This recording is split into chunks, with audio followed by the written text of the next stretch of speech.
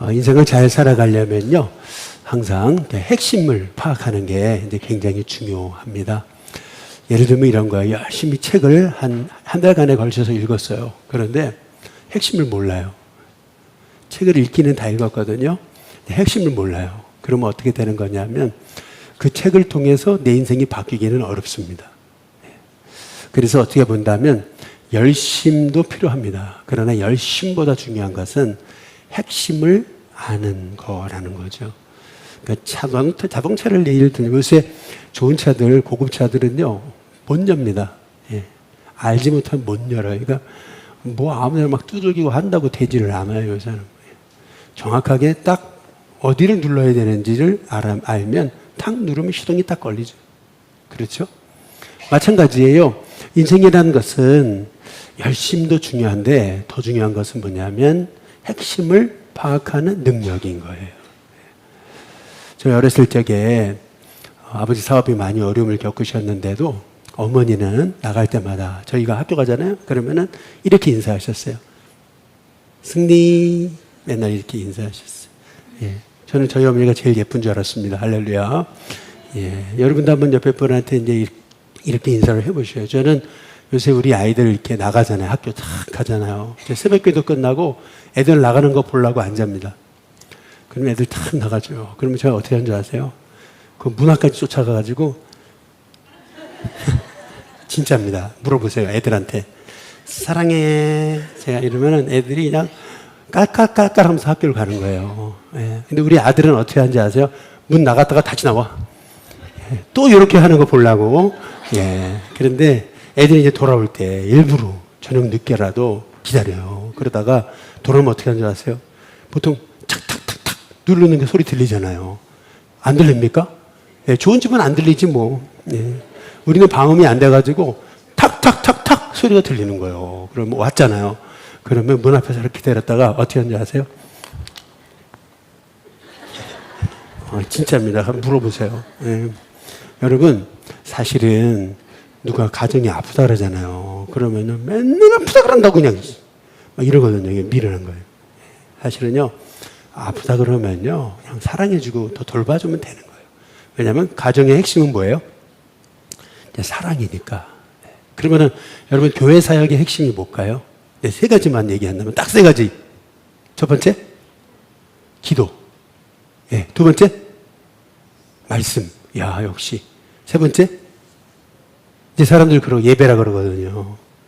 근데 여러분, 기도, 말씀이 예배잖아요. 그러니까 세 번째 예배 아니에요. 기도, 말씀에 들어있잖아요, 여기.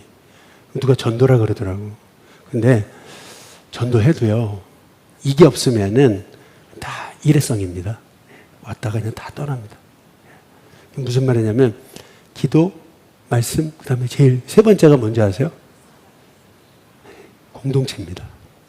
네. 무슨 말이냐면 속회, 선교회. 이 소그룹. 그러니까 무슨 말이냐면 이 많은 사람이 어떻게 다 어울려요. 그러니까 소그룹으로 모여가지고 마음 나누고 서로 사랑해주고 아껴주고 기도해주고 눈물 흘려주고 기뻐해주고. 네. 여러분, 그게 교회 사역의 1, 2, 3입니다.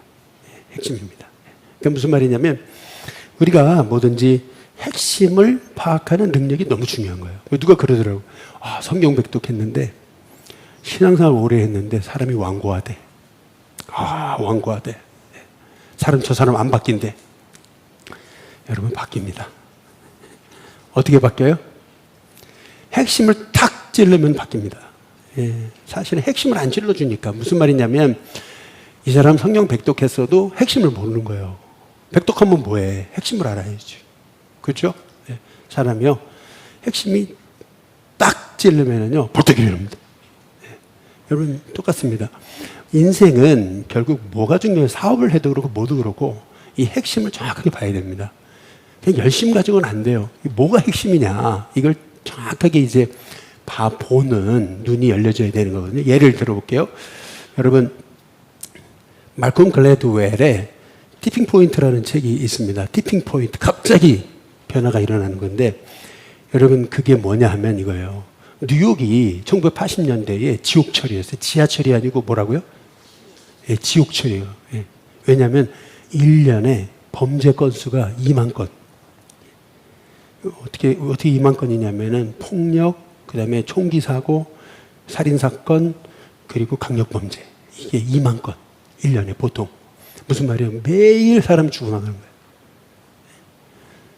1980년대. 실제였어요. 예. 그런데 1990년대 돼가지고 싹 사라졌어. 무슨 일이 있었을까요? 지도자가 그 지하철에, 뉴욕 지하철의 지도자가요, 딱 부임하면서 핵심을 딱 건드린 거예요. 여러분, 그게 뭔지 아세요? 여러분, 깨진 유리창 이론 아시죠? 저 유리창 깨트렸는데 그냥 놔두면요, 그러면 사람들 더 깨트리는 거. 마찬가지로, 지금 그때 당시에 CCTV가 없었어요. 그러다 보니까 아이들이 막 그냥 뉴욕 지하철에다가 막 낙서를 한 거죠. 그냥 사탄 그려놓고 막. 그런데 이게 문제가 뭐냐면 지우면 또 왜? CCTV가 없으니까 애들이 안 보일 때 계속 낙서를 하는. 그런데 이 지하철 책임자는요, 핵심을 간파한 거예요. 뭐냐면 환경이 바뀌어야 사람 바뀐다. 그래가지고 그 낙서를 다 지운 거예요. 어떻게 지워요? 막 낙서하면 또 지우고, 낙서하면 또 지우고, 낙서하면 또 지우고, 계속 덧칠을 하고. 놀라운 것은 뭐냐면요, 낙서가 돼 있을 때는 막 휴지 버리고 깡통 버리고 그러더니요, 깨끗해지고 예뻐지니까 안 버리더래요. 그리고 중요한 것은 범죄가 줄어들더라. 신기한 거예요. 이게 핵심이 중요하다는 거예요. 다시 말하면 이제 한 그 뉴욕 경찰서장이 딱 부임했는데 맨날 살인 사건 막 그냥 뉴욕 지하철에는 지옥철이니까. 그런데 이 사람이 핵심을 딱 간파한 거예요. 그게 뭐냐면은 무임승차. 당시에는 토큰을 넣어야 되는데, 그러니까 토큰을 빼가지고 토큰을 넣어야 되는데, 그런데 이 깡패들이요, 토큰 넣는 기계 그 구멍을 그냥 주먹 부숴버린 거예요. 토큰을 못 넣게 해. 그리고 어떻게 해요? 토큰을 다 뺏어요. 그 앞에서. 다 수거해요. 예. 그러면 어떻게 돼요? 무임승차 할 수밖에 없는 거죠. 옛날에는 무임승차 하는 거 그 사람들 못 잡았어요. 왜냐면은 잡아봤자, 아니, 경찰서 데리고 조서 쓰는 게 더 힘들어. 아니, 그 토큰 하나 가지고. 그러니까 무임승차 있어도 넘어간 거예요. 그런데 이 새로 경찰서장이 부임하더니 어떻게 했냐면은 역마다 그 역에다가 아예 그냥 부스를 차려놓고 그냥 딱 무임승차야 금사철로 조서 쓰는 거예요. 딱 보는데, 전과 딱 그 사람들 걸러내는 거예요. 근데 놀라운 것은 여러분, 그 무임승차 하나 없앴는데 여러분, 지옥철이 행복철로 바꾼 거예요. 범죄가 사라졌어요. 이해가 되십니까? 원래 이해가 안 되시는가 보네.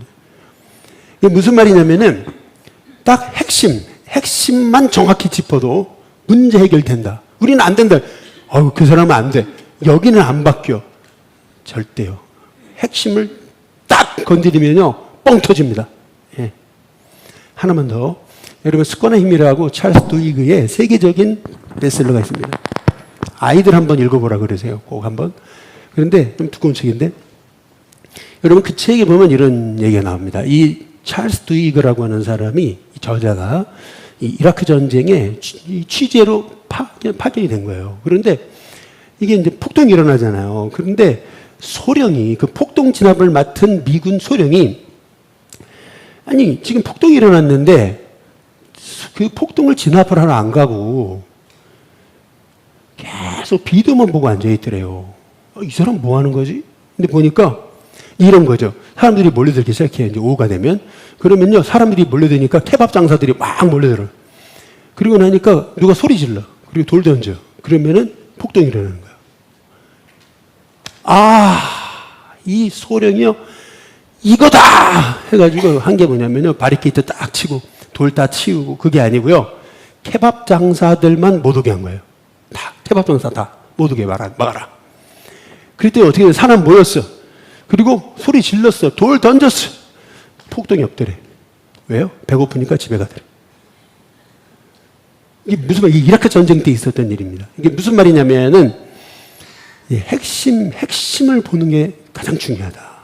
그래서 핵심 습관이라고 하는 영어 단어 혹시 아세요? 핵심 습관, 영어 단어? 핵심 습관을 뭐라 하냐면, keystone habit이라는 거예요. 왜 키스톤 헤빗이라는 거냐면 키가 되는 돌이 있어요. 스톤, 돌이 있어요. 근데 돌만 딱 빼면요. 우르르. 그게 핵심 습관이라는 거예요. 키스톤 헤빗. 그러니까 무슨 말이냐면 뭐 아무 돌만 친다고 넘어가는 게 아니에요. 우리 교회도요. 핵심 돌이 있는 거예요. 그 돌 하나 딱 건드리면 우르르. 마찬가지예요. 여러분 사람이 안 바뀌는 게 아니에요. 사람이 공동체가 안 바뀌는 거 아니에요. 바뀌어요. 근데 뭐가 문제예요? 핵심을 못 짚어서 그러는 거죠. 예. 오늘 말씀이 이제 그런 말씀이에요. 한 서기관이 와가지고 예수님께 대답을 하는데 기가 막힌 대답을 한 거예요. 이야, 핵심을 짚었어요. 정확하게 말씀의 핵심을 짚었어요. 근데 예수님 뭐라 그러세요? 12장 34절에 보니까 이렇게 얘기합니다. 이야, 지혜롭게 대답하는 걸 보시고 예수님 뭐라 그러세요? 내가 하나님 나라에서 뭐죠? 멀지 않다. 아니, 야, 얼마나 대답을 잘했는데, 야, 너 지혜롭다. 야, 네 믿음이 크다. 너 훌륭하다. 그래야 되는데 예수님 뭐라 그래요? 네가 하나님 나라에서 멀지 않다. 한번 옆에 분한테 한번 인사해 보세요. 맛있다. 예, 뒤에 분들한테도 맛있다. 예, 오늘 점심 식사 오늘 특별하게 잘 준비하셨거든요. 우리 조은장님 88세 생신이셔가지고 가족들이 다 준비하셨어요. 그런데 가서 뭐라 그래야 돼요? 예, 다시 옆에 분한테 인사해 보겠습니다. 맛있다. 예, 뭐 일부러 크게 맛있다 이렇게 할 필요는 없어요. 맛있다. 예. 근데 제가 그걸 모르고 집에서 뭐라 그러는 줄 알았어요? 뭐 나쁘지 않네. 제가 그랬다가 못 얻어먹을 뻔했잖아요. 집에서 밥을. 우리 아내가 그러더라고. 아들한테 배우라고. 우리 아들은 맨날 그래. 맛있다. 이러니까 맛있는 거 계속 해주고.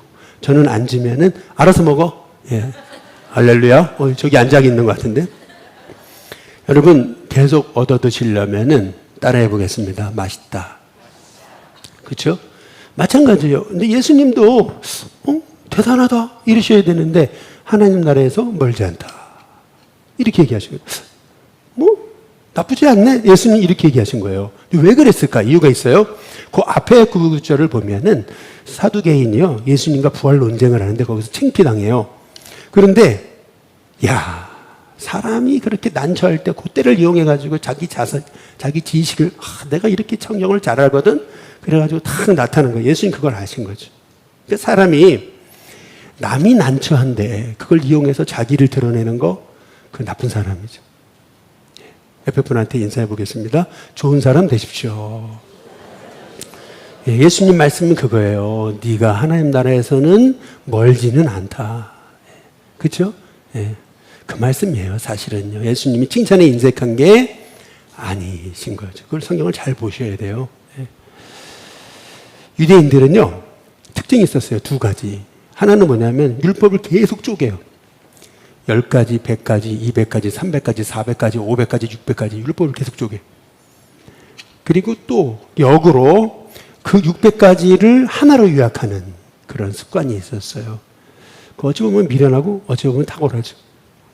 어찌 보면은 설교도 그래요. 제가 오늘 설교 준비했지만 그러나 이거를 딱 한 문장으로 요약을 해야 돼요. 연설을 준비할 때 딱 한 문장으로 요약을 할 줄 알아야 돼요. 여러분 그게 굉장히 중요한 일이에요. 이게 핵심.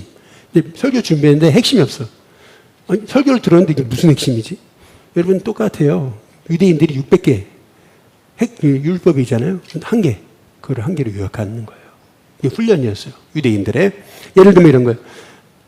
짝다리 짚고. 짝다리. 요 짚는 동안 율법의 핵심을 말해라. 이런 훈련을 시킨 거예요. 그러면은요, 이렇게 힐렐, 유명한 유대 랍비거든요. 이렇게 얘기한 거예요. 내가 하기 싫은 거 남 시키지 마라. 이게 율법의 핵심이다. 이렇게 가르쳤어. 여러분 이거는 어디서 많이 들으신 거잖아요. 공장의 논어에 기도부력 불시어인이라고 내 계신 거 남한테 강요하지 마라. 그 말 똑같은 말이에요. 그런데 이게 사실은 예수님이 하신 말씀하고 비하면 게임이 안 되는 말이에요. 왜냐하면 이런 거죠. 공자가 한 말은 그거예요. 힐렐이 한 말은 이거거든요. 내 싫어하는 거 시키지 마. 하지 마. 이거예요. 그렇죠? 근데 예수님 뭐라 그러셨어요? 여러분 마태복음 7장 우리 12절에 보시면 한번 같이 한번 읽어보겠습니다. 함께 있습니다. 시작. 그러므로 무엇이든지 남에게 대접을 받고자 하는 대로 너희도 남을 대접하라. 이것이 율법이요. 여러분 여기 대접이란 단어가 나오니까 뭐 대접해야겠네 이 말이 아니고 여러분 여기서 나오는 대접이라는 단어는 뭐냐면 do 하라는 얘기입니다. Do to others whatever you would like them to do to you. 무슨 말이냐면은 여기 do라는 말이 두 번 나오잖아요. do. 이게 무슨 말이냐면 이거예요. 누가 나한테 섬겨주기 원해요? 그러면은 먼저 섬기라는 거죠. 남이 나한테 해주고 싶은 게 있어? 그러면 너가 그렇게 해. 이 말이 뭐냐면 공자의 말은 이거예요. 너 하기 싫은 거? 시키지 마. 하지 마. 이거예요. 힐렐도 그렇고. 근데 예수님은 그거예요. 섬겨라. 네가 섬김 받고 싶어? 그럼 섬겨라. 똑같은 말이에요. 근데 완전 달라. 어떤 게 복음이에요? 여러분 잘 생각해 보시면 예수님 시대에 은 시몬이라고 있었어요. 근데 이 사람이 세계에는 세 가지 기초 위에 있다 그랬어요. 근데 먼저 첫 번째는 뭐냐면은 율법, 당연히 유대인이니까. 두 번째 예배. 그리고 세 번째 사랑의 봉사라 그랬어요. 여러분 아시나요? 유대인이요, 우리나라 사람, 우리 크리스천보다 봉사를 더 많이 합니다. 더 많이 대접하고 더 많이 물질로 남을 섬깁니다. 진짜예요. 예, 상상할 수 없습니다. 근데 이유가 있어요. 우리는 구원의 감격으로 감사해서 섬기는 건데 유대인들은 구원받기 위해서 남을 돕는 거예요. 이게 달라요. 구원받아야 되기 때문에 열심히 도와야 돼. 그래서 어찌 보면 그 사람들이 더 잘 도운다니까요. 여러분 그래서 유대인들은요 말씀도 지켜야 돼. 어쨌든 그래야 구원받으니까. 그래서 율법을 쪼개는 거예요. 계속 100개, 200개, 300개, 400개 몇 개까지 쪼개 있냐면 613개. 근데 613개 중에서 365개는 하지 마라. 그리고 248개는 해라. 이거예요. 그러니까 무슨 말이냐면 유대인들은 어찌 보면 늘 하지 마라. 그걸 매일 365일 들으면서 한 거예요. 그러니까 율법에 매이죠. 자유가 없죠. 기쁨이 없죠. 정죄하게 되죠. 그렇죠? 예. 예수님 당시 그때가 이제 극치였던 거예요. 그게. 그래서 여러분의 가정에서도 아이들한테 이것도 하지 마. 저거 하지 마. 에이, 저거 하지 마. 여러분 그러면 애들이 뭐라 하냐면 우리 엄마 맨날 하지 말라 그런다고. 그러면요 엄마는 그래요. 내가 언제 맨날 하지 말라 그랬냐고. 그럼 애들 맨날 하지 말라 그랬잖아. 예. 여러분 이게 되게 중요한 거예요. 애들이 뭘 한다 그러면요 그래 한번 해봐라. 잘할 수 있어. 실패해도 괜찮아. 잘할 거야. 여러분 이 메시지가 되게 중요한 거죠. 이 메시지가. 예. 별로 아멘도 안 하시는데 예. 여러분 이 613가지를요 그래가지고요 이거 다 뭐 어떻게 지켜 이거를. 그래가지고 다윗이요 이거 12가지로 딱 핵심을 요약한 거예요. 그게 시편 15편입니다. 12가지 다 기억할 수 없으니까 시편 15편 한번 써보실래요? 예. 다 할 수 없으니까 그냥 몇 개만. 여호와여 주의 장막에 머무를 자 누굽니까? 정직하게 행하고 그 마음에 진실을 말하고. 다음 2절을 받으려고 돈을 구워주지 않고 뇌물을 받고 무죄한 자를 해하지 않는 자이니 이런 일을 행하는 자는 영원히 흔들리지 않는다. 근데 이 12가지, 사실 12가지 나중에 찾아보세요. 성경 여러분 거기 본문 거기 주보에 다 나와 있으니까. 그런데 이거를요 이사야가 6개로 요약한 거예요. 이사야 33장 15절. 여기 보면 이것도 몇 개만. 공의롭게 행하고 정직히 말하고 귀를 막아 피를 흘리는 자 꾀를 듣지 않는 누구를 잡아먹으려고 그래. 그런데 거기에 가담하지 않는 거. 그리고 눈을 감아 악을 보지 아니하는 자. 악이 있는데 모른 척. 늘 모른 척. 예. 어쨌든 그런데 이 6가지를 이제 미가가 이제 3가지로 또 요약을 한 거예요. 미가서 6장 8절 한번 같이 한번 읽어보실까요? 이건 짧으니까 시작. 여호와께서 내게 구하시는 것은 오직 뭐죠?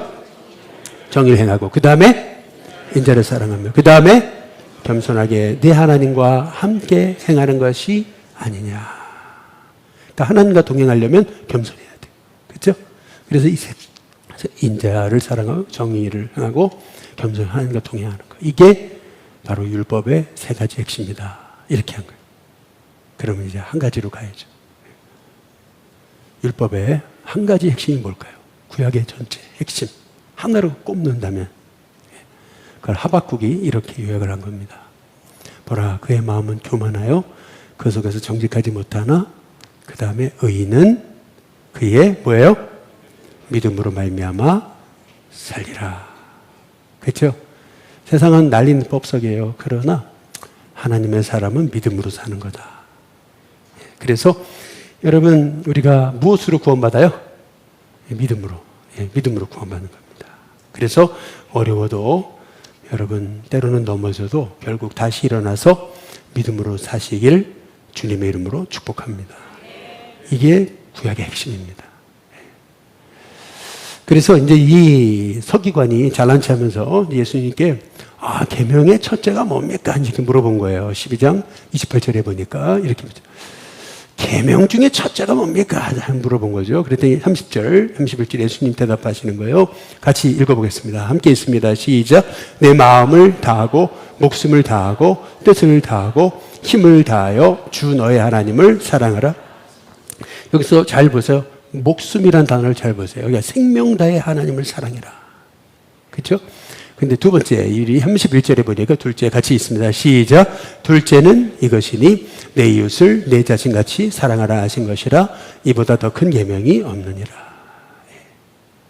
이웃을 네 자신처럼 사랑해라. 이랬더니 이 서기관이 대답을 하는데, 좀 대답이 기가 막혀요. 여러분, 이제 33절을 한번 보세요. 넘어가 보시면 같이 읽어보겠습니다. 있습니다. 시작. 마음을 다하고 지혜를 다하고 힘을 다하여 하나님을 사랑하는 것과 또 이웃을 자기 자신과 같이 사랑하는 것이 전체로 드리는 모든 번제물과 기타 제물보다 낫습니다. 여기 목숨은 빠졌죠? 이 사람 얘기 중에. 그까지는 얘기 못한 거예요. 그러나 이 사람 얘기는요, 이 복음의 핵심을 딱 파악한 거예요. 뭐냐 하면은 이거죠. 옛날에 우리 찬양 중에, 복음성가 중에 이런 노래가 있었어요. 황소를 드림보다 진정한 노래를 기쁘게 받으시는 주님. 이런 찬양이 있었거든요. 그게 무슨 말이냐면, 그 어떤 황소를 제물로 드려도 정말 하나님이 기뻐하시는 제사는 마음을 드리는 감사다. 마음을 드리는 예배다.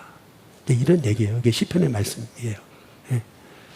그러니까 이 서기관이 정말 기가 막힌 대답을 한 거죠. 그래서 예수님이 네가 하나님 나라에 멀지 않도다 얘기하신 거죠. 실은 하나님 사랑, 생명 다해 하나님을 사랑하라는 말씀은 신명기에 나오는 말씀입니다. 6장 5절 같이 한번 읽어보실까요? 같이 있습니다. 시작. 너는 마음을 다하고 뜻을 다하고 힘을 다하여 내 하나님 여호와를 생명이라는 단어 빠졌죠? 그 다음에 우리 레위기 한번 보시죠. 19장 18절 보시면은 이렇게 얘기해요. 같이 있습니다. 시작. 원수를 갚지 말며 동포를 원망하지 말며 내 이웃 사랑하기를 내 자신같이 사랑하라. 나는 여호와니라. 그러니까 하나님 사랑에 관한 말씀은 신명기 6장 5절의 인용이고, 그리고 이웃 사랑에 관한 말씀은 레위기 19장 18절의 인용인 거예요. 그럼 우리가 이렇게 생각하는 거죠. 아니, 우리 예수님은 그냥 말씀 인용하시네? 그건 아닙니다. 뭐가 차이점이 있냐면, 예수님은 율법을 폐하러 오신 분이 아니고 율법을 뭐하러 오셨어요? 완성케 하러 오신 거예요. 그래서 실은 마태복음 22장 우리가 37절부터 잘 보셔야 돼요. 한번 같이 한번 읽어보실까요? 같이 있습니다. 시작. 예수께서 이르시되 내 마음을 다하고 목숨을 다하고 뜻을 다하여 주 너의 하나님을 사랑하라. 여기 목숨을 다하라는 말 예수님만 하신 거거든요. 그리고 잘 보세요. 이것이 크고 뭐예요? 첫째 되는 계명입니다. 그런데 39절에 넘어가 보세요. 둘째도 뭐라고요? 그와 같으니 내 이웃을 내 자신같이 사랑하라 하셨어요. 여러분, 사실은 하나님 사랑, 이웃 사랑 이게 똑같은 겁니다. 길이 차이 없습니다. 그 많은 사람, 어찌 보면 이 십자가, 죄송합니다. 이 십자가는요, 성경적이지는 못한 거예요. 이게 왜 그런 거냐면 하나님 사랑, 이웃 사랑이 똑같습니다. 예. 예수님 말씀이에요. 무슨 말이냐면 하나님을 사랑한다. 생명 다해 하나님을 사랑한다. 그러면 이웃도 생명 다해 사랑하는 거예요. 똑같아야 되는 거예요. 둘째도 그와 같으니. 그러니까 다시 말하면 하나님을 사랑한다는 것은 다른 것이 아니고 이웃을 사랑하는 거예요. 그러니까 다시 말해 이웃을 사랑하는 모습을 보면 그 사람이 하나님을 사랑하는 사람인지 아닌지 알 수 있다. 라고 하는 거예요. 근데 이 말씀을 예수님이 처음 하신 거예요. 하나님 사랑, 이웃 사랑이 같은 거다. 예수님이 처음 하신 거예요. 예. 율법을 폐하러 오신 게 아니에요. 율법을 완성하러 오신 거예요. 예를 들면 이런 거예요. 어떤 장로님이요. 네, 회사의 사장님이세요. 근데 직원들 아랫사람이라고요. 폭언을 해요. 그리고요. 막말하고요. 그리고요. 막 사람 대우를 하지 않아요. 인격적으로 대우질 않아요. 근데 교회 올 때는 성경 들고 맨날 이렇게 오는 거죠. 만약에 그렇다면 이분은, 이 사장님, 이 장로님은 하나님을 사랑하는 사람일까요? 그러면요, 거꾸로 똑같은 장로님이고 사장이에요. 근데 회사에서 일할 때는 엄격해. 그런데 직원들을 인격적으로 대우해요. 그리고 직원들이 잘 살아갈 수 있도록 복지에 대해서 아주 신경을 써요. 그들도 살아야 되지 않냐? 그래서 복지를. 여러분 그렇다고 한다면 이 장로님은 하나님 사랑하는 사람 맞습니까? 네. 여러분 이 사람이 이웃을 어떻게 대하느냐가 실은 하나님을 사랑하는 그 모습 증거, 유일한 증거라고 우리 하나님 예수님이 말씀하고 계시죠. 하나님 사랑하라. 생명 다해 내 둘째를 그와 같다. 내 이웃을 내 몸처럼 사랑해라. 근데 사실은 여기서 굉장히 중요한 게 있어요. 그게 뭐냐면은 이제 우선순위입니다. 뭐가 먼저냐. 보통 이웃사랑 하라니까 그냥 이웃사랑 이게 먼저인 줄 알아요? 아니거든요.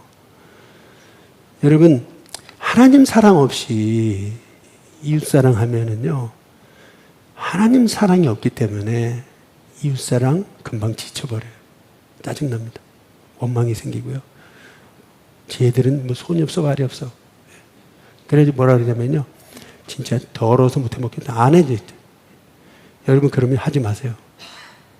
저는요.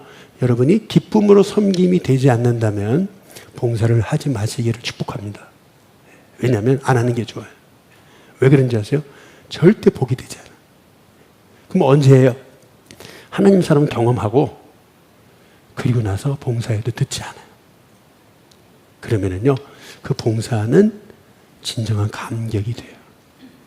그래서 하나님 사랑은 어떻게 되는 거냐면은 정말 넘치는 그분의 은혜. 어떻게 나 같은 자를 사랑하셨나. 그 은혜를 깨닫고요. 봉사는 뭐냐면요. 그 넘치는 은혜에 감사, 그 보답으로 봉사하는 거예요. 그러면요. 여러분이 섬기는 자리마다 누가 드러나요? 예, 예수님 십자가가 드러나게 되는 것입니다. 근데 많은 사람들이 꼭 그래야 되냐. 하나님만 잘 섬기면 되는 거 아니냐. 이웃사랑까지는 못하겠다고. 그러나 제가 예를 들어볼게요. 제가 감신대에 있을 때 아주 존경했던 신약학 교수님이 있습니다. 서울대 나오셨고요. 그리고 베스트셀러 작가입니다. 아주 존경했어요. 제가 신약학 전공했잖아요. 근데 이분의 셋째 딸이요. 입양한 딸이에요. 첫째, 둘째는 자기가 낳은 딸이고 셋째가 입양한 딸이에요. 근데 사춘기가 딱 되더니 사흘이 되도록 가출이에요. 아니 어떻게 널 어떻게 입양한 건데? 이게 아니고요. 매일 새벽마다 오셔서 우시더라고요. 제가 그걸 어떻게 하냐면은 제가 가르쳤거든요. 제가 양광교회에 있을 때 그 아이를 3년 가르쳤어요. 매번 가출. 그런데 하루는요. 애를 막 설득해가지고 애를 이렇게 잘 달래가지고요. 수련회를 참석을 하게 했어요. 그러면서 이제 아내 되시는 분이 이제 사역을 안 하시니까 이제 사모님을 안 부르고 그 교회 권사님으로 계셨어요. 그래서 권사님이 오셔가지고 우리 딸이요. 수련회를 간대요. 전도사님 좀 관심을 많이 가져주세요. 불쌍한 애잖아요. 이러는 거예요. 그래가지고 또 그러니까 또 관심 갖게 되잖아요. 옛날에는 수련회를 학교로 갔거든요. 그래서 학교로 갔어요. 그런데 넓은 학교 교실에서 맨날 집회하고 그랬는데 오후가 됐잖아요. 오후면 나가서 축구하는 거예요. 막 오후면 놀아야 돼. 물놀이하고. 근데 얘가 안 보여.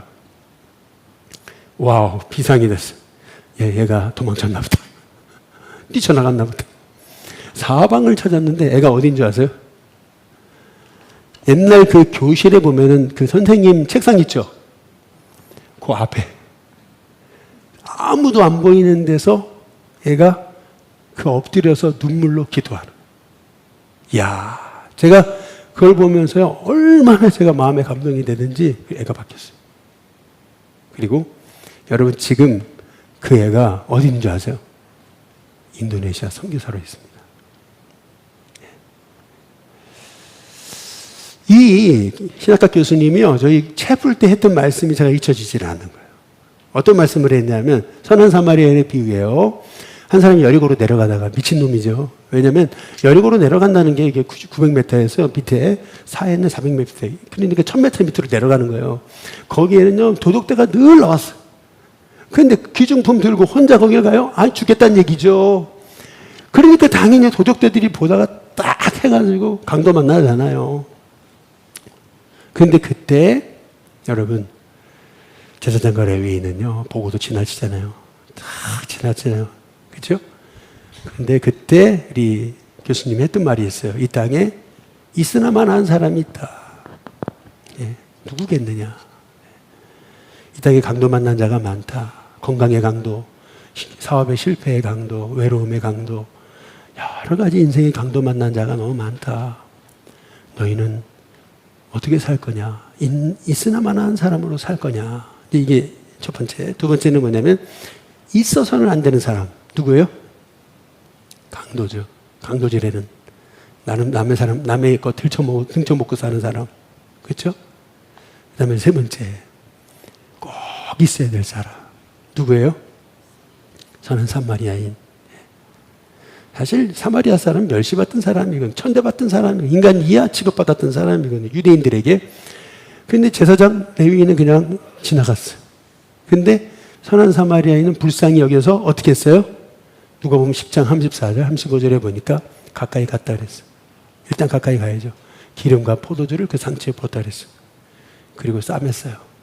그리고 자기 짐승에 태웠어요. 그리고 주막으로 데리고 왔어요. 당시에는 주막이요, 여관도 되지만 뭐 여러 가지 일들을 다 한 거예요. 그리고 가서 뭐 했어요? 돌봐주는 거죠. 35절, 그 이튿날이 됐어요. 그가 주막 주인에게 데나리온 둘, 우리식으로 지금으로 말하면 한 30만 원 주면서 이 사람 돌봐주시면 좋겠다. 제가 지금 빨리 어딜 갔다 와야 되는데, 근데 혹시 비용이 더 들면 내가 돌아올 때에 꼭 갚겠다고. 여기서 알 수 있는 게 뭐죠? 여러분, 이 사람은 사랑 있고 긍휼히 여기는 마음이 있었고, 그 다음 뭐가 있었어요? 신용이 있었던 겁니다. 신용이.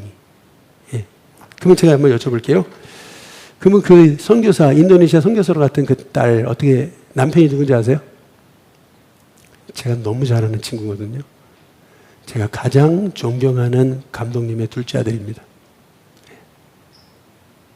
제가 그래가지고, 야, 이 교수님도 대단하지만 또 이런 며느리를 자기 아들의 그 아내로 받아들인 이 감독님도, 야, 대단한 분이다. 저는 그런 생각하고 있어요.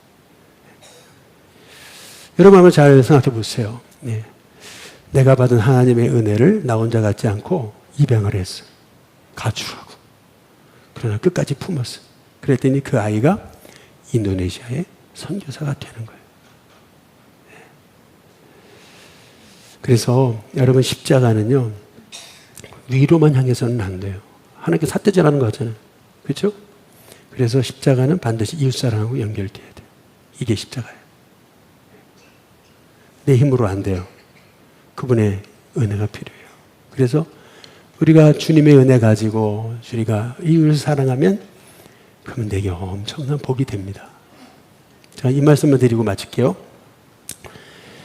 혹시 여러분 알코올 중독자가 중독에서 해방될 수 있을 거라고 믿으십니까? 예? 중독자, 알코올 중독자, 여러분 주변에 알코올 중독자 있으시죠? 이 알코올 중독자가 알코올 중독에서 해방될 거라고 믿으시는 분 있으세요? 예, 감사합니다. 빌 윌슨이라고 하는 분이요, 알코올 중독자였어요. 그런데 알코올 중독자는 알코올 중독자 친구가 있잖아요. 술 잘 먹는 친구들. 친구하고 이제 오랜만에 만나가지고 술 한잔하게 불렀어요. 근데 술을 하려고 딱 따르려고 그러는데 주스하고 그리고 칵테일을 쫙 섞어가지고 탁 주려고 그러는데 이 친구가 나 안 먹는다고. 웬일이야? 그랬더니 나 예수 믿었거든. 그러면서 뭐라냐면 우리 아내 때문에 내가 예수님 믿고 내가 술 끊었어. 자네도 예수님 믿고 이제 술 끊게나. 그랬더니 빌 윌슨이 뭐라 하냐면, 여러분 그 책에 나온 얘기니까 이해하고 들으세요. 웬 개소리. 예. 그렇잖아요? 가 그러면 싫으면 가. 그 다음에 준비했던 술을 혼자 다 마셨어. 근데 이게 계속 술을 마시다 보면은 이제 사람 이상해지잖아요. 죽을 것 같거든요. 그때 자기도 모르게 하나님을 찾은 거예요. 예수님을 찾은 거예요. 근데 놀랍게도 빛이 임하더니 성령이 임하셨어요. 그리고 이분이 술을 끊었어요. 그리고 죽을 때까지 술을 안 마셨어요. 그리고 이 사람이 했던 일이 있어요. 그게 뭐냐면 AA 프로그램 만든 거예요. AA 프로그램이 뭐냐면 Alcoholics Anonymous라고 하는 거예요. 무슨 말이냐면은 바로 익명의 알코올 중독자들의 모임인 거죠. 근데 이 AA 프로그램에 단계가 있어요. 12단계. 근데 왜 12단계인지 아세요? 제자가 12제자니까. 할렐루야. 이게 의미하는 게 뭐예요? 비과학적이에요. 말도 안 되는 얘기예요. 네. 정말 전문가들이 비웃었어요. 그런데 놀랍게도 그 AA 프로그램을 통해서 알코올 중독에서 해방된 사람이 무려 1000만 명. 근데 어떻게 하는 거냐면 3단계가 뭐냐면 하나님께 맡기는 거예요. 그다음에 4단계가 뭐냐면요, 자기 죄를 고백하는 거예요. 성경적이잖아요. 그렇죠? 어떻게 하는 거냐면 왜 술을 마셨냐? 언제 술을 마시냐? 언제 술이 땡기는 건가? 내가 항상 술 생각이 나는 때는 언젠가? 예를 들면은 누가 날 실망시켰을 때, 그때, 사업에 실패했을 때, 괴로운 일 생겼을 때, 우울할 때, 이럴 때 나는 술을 마셨구나. 이제 요거 구체적으로 다 고백하게 하는 거예요. 나는 왜 술을 마시는가? 그 다음에 5번째가 뭐냐면 이거예요. 나는 안 된다. 내 힘으로는 이 알코올 중독에서 벗어날 수 없다. 이걸 고백하게 하는 거예요. 쉽게 말하면 이런 거죠.